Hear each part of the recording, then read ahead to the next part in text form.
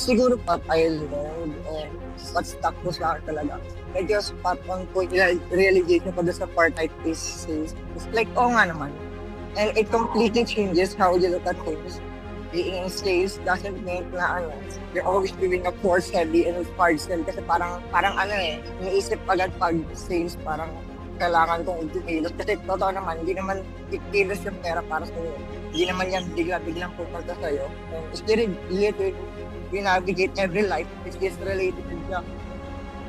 Siguro I could relate it din sa mga napanood ko. So for example, siguro, alam niyo po ba yung Civil War sa Marvel? So si Tony Stark, nirecruit niya si Peter Parker.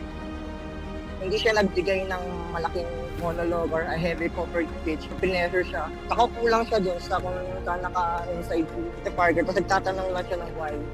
And that built trust right then and there.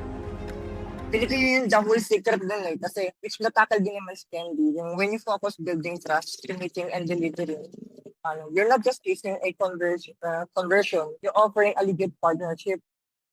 Kaya when you approach people with that kind of sincerity, it stops feeling like a pitch. And yun, mas nagiging na siyang natural hanggang sa natututo ka ng umausap sa mga tao. Yun po. Sakto. Very good, Kian. Okay, well said. Okay. It's nice. Importante yung realization every training. Kasi I know hindi lahat makukuha nyo, mame-memorize nyo. Pero dapat bits of pieces ng mga information, meron ka dapat doon na parang you would reflect. Okay, and I think that would magsistick sa'yo yun eh. So, I hope that you'll always remember those things na senior natin.